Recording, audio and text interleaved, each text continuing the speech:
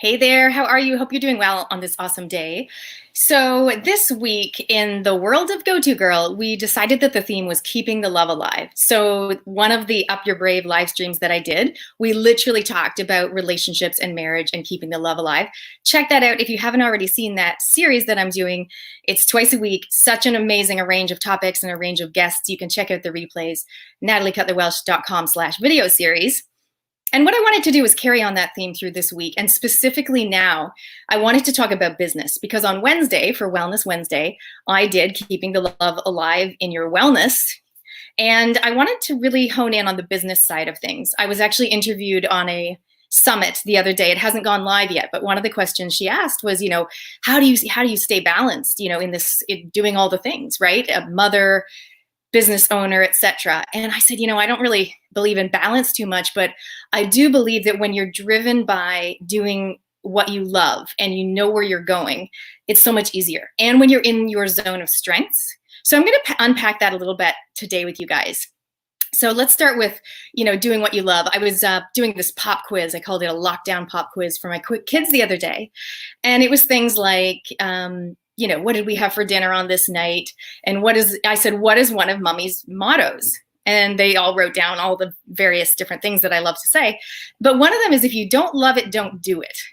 Now, that doesn't mean they don't have to unload the dishwasher. But the point is, in business specifically, if you don't love it, don't do it. Meaning, if you find yourself stuck in the should zone, where you're really doing what you've always done, or you're doing what you said you would do, or what others think you should do, then you don't necessarily love what you're doing. Sorry, whether that be a job, by the way, or your business. And I say, if you don't love it, don't do it. So for me, the example that I often use is I used to podcast. I've done well over 200, 300 episodes as a guest, but also as a host. And it got to the point on my shows, Go To Girl and If Only They Told Me, both of which are still live and you can watch them. But I don't record them anymore because it got to the point where it just felt like work, like too much work. And I just moved on and did other things. So same thing with you. I think that obviously this lockdown phase is a great time for reflection and reconnecting with what you actually want to be doing in your day-to-day, but also specifically in your business. So if you don't love it, don't do it. So I said to, the host, when she interviewed me the other day, I said, I think the key is I love what I'm doing, and I love the combination of what I'm doing. And so another thing, making sure that you are receiving. And many years ago, when I added the wellness component to my business, part of that was strategic because I wanted more impact. And interestingly, that is my word. I just did a photo shoot. My daughter was doing a photo shoot for her cheer team, and they each had to hold up a word. And I was like, I'm going to piggyback on that.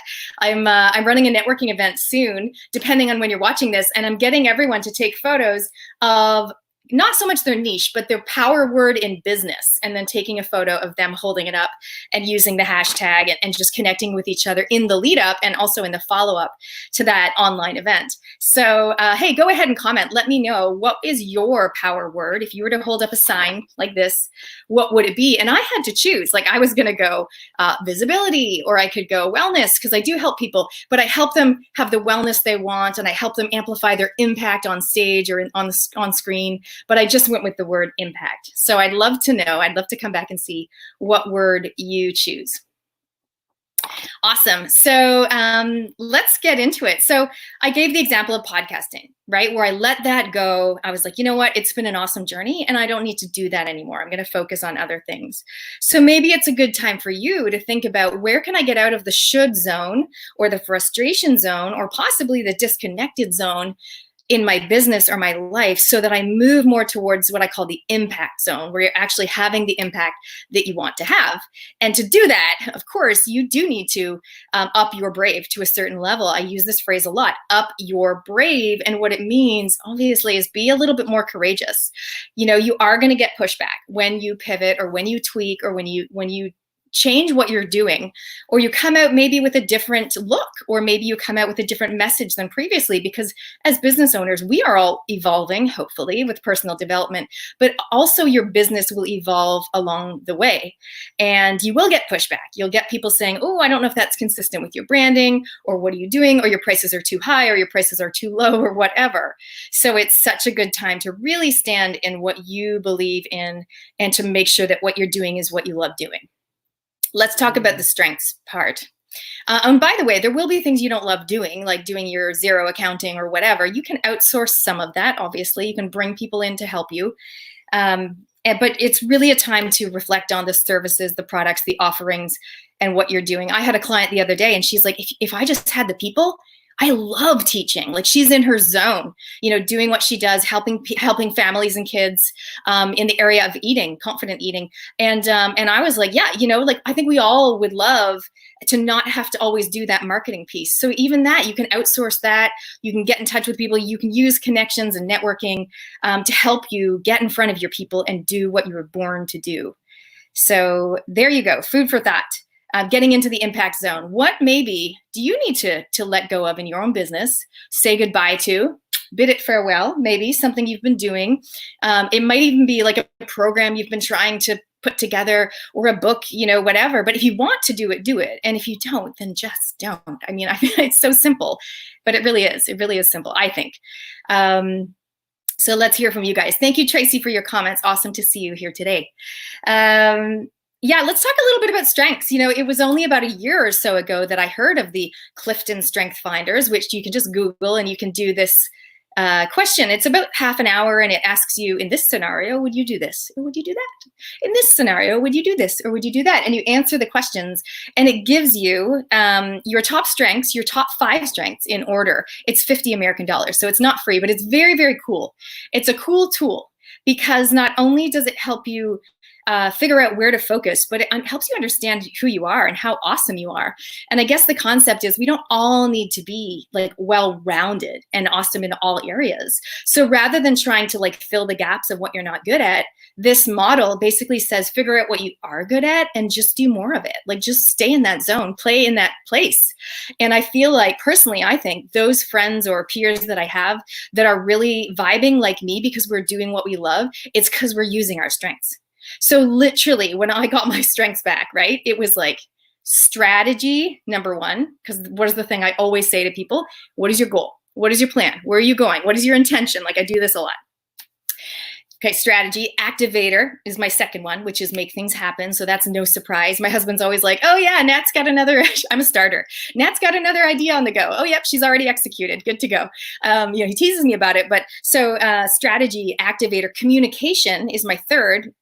That's not surprising. I've done podcasting. I love talking. I love interviewing people. I love being on TV. And it's just, I love speaking. I mean, I've written a book, but I much prefer to talk. Much, much prefer. So that's communication, but obviously listening and hearing other people's thoughts. And that's why I love coaching and mentoring, because I love asking questions and having people just tell me stuff. And I'll go to an event and I'll want to know everyone in the room because yes, I'm an extrovert, but I just love knowing like, oh, who are you? What are you about? Who are you looking to meet? Like, I love connecting people. So that's that communication piece. Futuristic is my fourth. So that means I look not just here, but into the future. Let me know if any of these are resonating for you. You will definitely have all of them in you, but they might not be in your top 5, right? So the idea is that there are 34 strengths, and and each person has them in different order. We all have them within us, and none is better than the other. It's just that whatever yours are that bubble to the top, that's where you should play.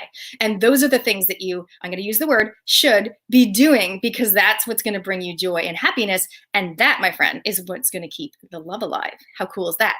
So number 5 for me, I'm almost done, is called individualization. But what that actually means is treating people equal, but not the same. And I totally do that in my parenting, for sure. And that's my top tip for parents, is treat your kids equal, but not the same, because they're so not the same. So I definitely do that in the parenting world. I think I do it in the real world, and in business as well. So there you go. So that's a little insight into my mind and my brain. But what I want you to do is apply it to yourself. You can, of course, sit there and go, I wonder what my top strengths are. And maybe you'll get a few of them right. But if you want to know what they are, then go ahead and do the quiz. I can find the link for you later. But it's super cool. It's very interesting. I guess the main thing I want you to take away from today is just going, you know what, when things go back to the new normal, whatever that looks like, it doesn't have to be the way it was. I mean, it's not going to be the way it was, but how do I want it to be? Given these new circumstances, these different challenges, business doesn't get easier. It just gets different, just like marriage, just like parenting. And now maybe harder than before, but hey, maybe new opportunities than before. I guess it depends on your mindset as well. But have a little think about what you're maybe going to say goodbye to, and maybe what you're going to start doing differently in your business, so that you stay in that impact zone, as I call it, or the zone of love, if you want to call it that, for this week, for sure, because that is crucial. And that's why when she asked me the question about balance, I was like, I bounce out of bed. I don't know if I like Monday or Saturday better, and I felt like that for years. And yes, I have a lot of energy and all those things, but I think it's because I'm doing what I love doing and what I'm good at. There are tons of things I'm not good at. Like, I took a photo this morning. I'll show you guys. It's like the dresser drawer with all the clothes piled on it. Like, I am not tidy. I literally like tidied the background of this frame, but there's mess on the other sides. So yeah, you know what? But the thing is, don't focus on the negative stuff. Like, you can be aware, whatever. Let's find some mess. There is mess here. Anyway, it's not there. It's over there. Be aware of your that you're fallible. Don't try to be perfect. I never believe in perfection. I don't believe in perfection or guilt. So that makes my life a hell of a lot easier. But focusing on what you love doing and doing more of it is the key. What else have I got? Oh yeah. So there you go. I'd love to see your comments. I'm going to come back later and read them. What are you going to let go of? Maybe what do you think one of your top strengths is? And I'm hoping that you are in the zone, like you are actually in your business doing the things that you're good at and that you love. Like, no wonder I have this membership group, my Amplify group. I said to Matt today, I was like, I love, like, when Monday comes, I'm so excited to do my weekly post into my Amplify membership, because I'm so excited to teach these girls about whatever it might be. If it's teaching them about how to use LinkedIn to connect with awesome people, or how to create your high-end offer, or how to create your entry-level offer, and also speaking, getting media, and all the things I love teaching people about. So, and also the synergy between people. I just get pumped about that because I'm in my strengths. So are you in your strengths? Let me know. Comment in there. What zone are you living in? Are you in the should zone in your business? Are you in the frustration zone where you're like, oh, this is so hard, I should be making more money, or are you in the disconnected zone where you're just like, don't know, no idea, right? Because we want to get you into the impact zone. So for those of you who really want to see the gaps, you're like, I'm ready to face the gaps in my business, my business model and my strengths, and I want to be doing what I love, and I want to have more impact, more positive impact on the world. I call those impact-driven entrepreneurs, business owners, speakers who are impact-driven, ready to make a change, and go kind of that next level as such. That's not for everyone. I totally get it. Not everyone's in that zone. But if you are, you're ready to up your brave, then I do this 30-minute free impact strategy assessment where I ask you 6 questions, and then we basically do a scorecard and break it down and just see where those gaps are and see how I can help. And sometimes it's not me that can help. Like, I know so many people because I am the go-to girl. So sometimes I might say, actually, you know what? You got to talk to so-and-so, or let me connect you to so-and-so. Or maybe they do want to work with me, but I either am or are not the right person. But I really want to talk to you if you are a speaker or business owner that wants to use your voice to get your message out, and you are ready to see and make a change, then I'll put the link below and you can get in touch with me. Otherwise, if you want to find out more about my Amplify membership, it is so awesome. I will see you. I will see you in there if you're game for that. We actually do 2 Zoom calls a month. So that's live online mentoring and masterminding, Q&A, etc. And then, of course, the weekly video with a specific focus to move your business forward, which is, it's an interesting time. What I do is confidence, visibility, and resilience. And I feel like that's what you guys need right now, whether you get it from me or somewhere else. Really try to do that, really try to have high visibility, doing what you love, and in your zone of strengths, and putting yourself out there with confidence and with love. All right, I'll see you next time. Hope you enjoyed it. Bye.